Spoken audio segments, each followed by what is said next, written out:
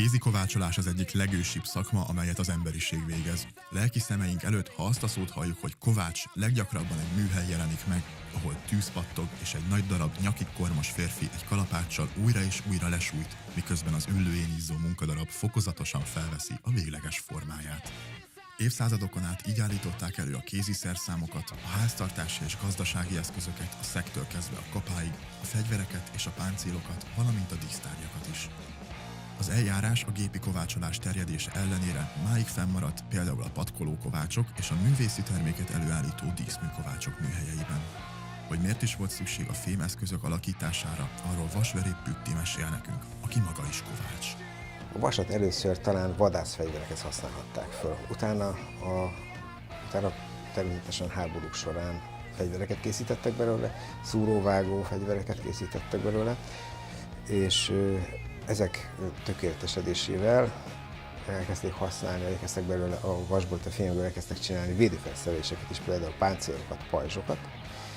Hát ezek voltak először azok, amiket a kovácsok készítettek. Ezzel párhuzamosan indult el egyébként a kovács művességben a vas szerszámok, elsősorban mezőgazdasági szerszámok, és később a kovács szerszámok, illetve az építőiparban a könyves szerszámok készítése is. Ha ismerjük a hadászat fejlődését, akkor nagyon jól tudjuk, hogy idővel a lovasságnak milyen meghatározó szerep jutott. Előbb a könnyű, később a teljes páncélzatú nehéz lovasság alakult ki, és bizony a kovácsmesterségnek ebben is benne van a keze. No, korán sem a patkó készítésénél ér véget a dolog, mielőtt azt hinnétek. Ez is a hadászattal indult el, tehát a lovon nagyobb távolságokat lehetett bejárni, nagyobb területeket tudtak elfoglalni a hódítók a lovokon, de ugyanígy a hadászathoz köthetőek például a zabla, ami könnyebben irányítóvá tette a lovat, a vaszabla kialakítása, vagy például a kengyel, ami nagyon fontos volt a hadászat, a lovas hadászat területén. A kovácsmesterség igazi elterjedésében nem csak a háborúknak és a fegyvereknek volt nagy szerepe, hanem az építészet fejlődésének is. Az építészetben először nem díszműkovácsként dolgoztak a kovácsok. Először abszolút funkcionális volt a kovácsművesség elterjedése. A legelső építészeti kovácsdarabok azok a kapuk, a kapuvasalatok voltak, gyakorlatilag ezek a kapuzsanérok voltak, amik ugye minél nagyobb épületeket kezdtek el építeni, annál nagyobb kapuval, és ezeket a kapukat, mivel nagyon komoly súlyúak volt, ezeket a kapukat meg kellett tartani. A fa az nem mindig volt igazán alkalmas erre, meg ugye az idővasfog azért hamarabb kikezdi a fát, vagy a farzsanért, magát a vasat, ezért elkezdték szépen nagy vaszsanérokra föltenni ezeket a kapukat. Innen indult el gyakorlatilag az építőipari, mondjuk így, vagy az építészeti kovácsművesség.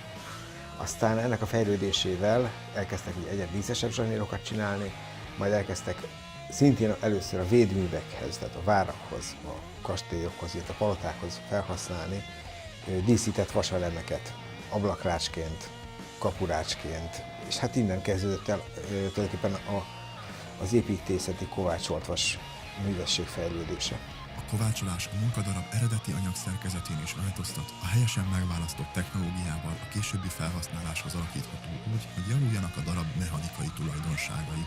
A kovácsdarabok minősége az alakítás után hőkezeléssel még tovább javítható, így nem csoda, hogy könnyedén átvette a korábban használt alapanyagok, legfőképpen a bronz helyét. Kovácsoláskor a fémet általában két szerszám alakító felületei között ütésekkel vagy nyomással formálják. Alakíthatják melegen és hidegen is. Ha egy mesterség ilyen régi hagyományokra tekint vissza, azt hihetnénk, hogy az eszköztár, amit a kovácsok használnak, már igencsak kiszélesedett. Az igazság ennek mégis éppen az ellenkezője. A kovácsoltvas művesség körülbelül egy olyan 3500 éves múltra tekint vissza.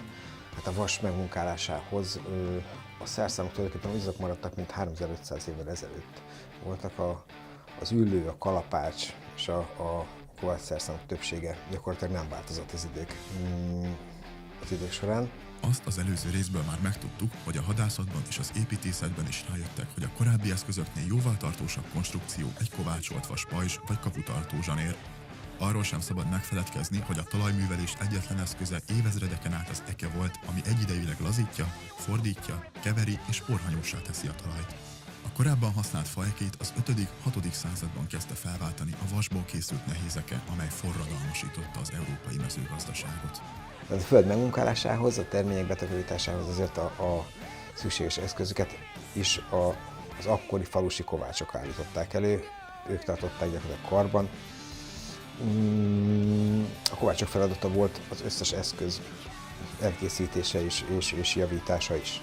De ebbe beletartoztak például a kerékráfok, a kerék abroncsok készítéséhez kezdve az ekevasak, a kasza, a kapa, minden egyes mezőgazdasági eszköz, ami a javítás és a felhasználás mert még azt is eredményezte, hogy például kovácsok voltak a korabeli mondjuk regionális feltalálók. Tehát ők voltak azok, akik egyszerűsítették ezeket az eszközöket, akik észszerűsítették ezeket az eszközöket, illetve az eszközök készítését, és ezáltal nagyon sok ilyen névtelen kis felhasználó kovács volt az, akiknek a munkája eredményeképpen talán a mai eszközök is egyszerűbbek, illetve funkcionálisabb elláttak. Napjainkra természetesen, ahogy minden kézműves iparágban, a kovácsolásban is átvette a gépi kovácsolás a főszerepet. Ennek oka elsősorban a költségcsökkentés, hiszen a gépek sokkal nagyobb számban, rövidebb idő alatt tudnak munkadarabokat előállítani. Ez azonban korán sem jelenti azt, hogy a kézi kovácsolás eltűnt volna, hiszen a kettő egyáltalán nem ugyanaz. A gépi kovácsolást én azért nem becsülöm alá, mert a kovácsoló gépek elkészítéséhez kellett innovatív elképzeléseinek a megvalósítása során a kovácsolt vas, elsősorban dísztárgyak technikailag könnyebben elkészíthetők, de mivel a kovácsolás művesség, ez az egész a kovácstól, a kovácsolásból származó, tehát egy személyes elképzelést tükröző személyes kétkezi munka, véleményem szerint nem igazán hasonlítható össze a kettő. Ugye az egyik az egy tömegtermelésre szakosodott iparággá vált, a másik pedig egy kézműves tevékenység. Uram, bocsánat, lehet ezt művészeti tevékenységként is apostrofálni. Véleményem szerint a kovács önálló elképzelései, a kovács személyes érzelmei, illetve a kovács munkájának, kezenyomának esetleges sutasága akár, de a kéz által kivitelezett szépség nem pótolható pusztán a technikával. Manapság kézzel alkotott kovácsolt vas tárgyakkal leginkább olyan építészeti elemeknél találkozunk, mint a kerítés, kapu, terasz és lépcsőkorlát, illetve rakberendezési tárgyak képében, mint bútorok, ágykeret, lámpa vagy csillár. Ezek a darabok kivétel nélkül a kovácsművesség hagyományait tiszteletben tartva, kézi munkával, tűzben izzítva, kalapáccsal és üllőn formálva készülnek, és a legtöbb esetben mívesebbek, egyedibbek, mint azok a darabok, amelyek valamilyen gépi eljárással készültek.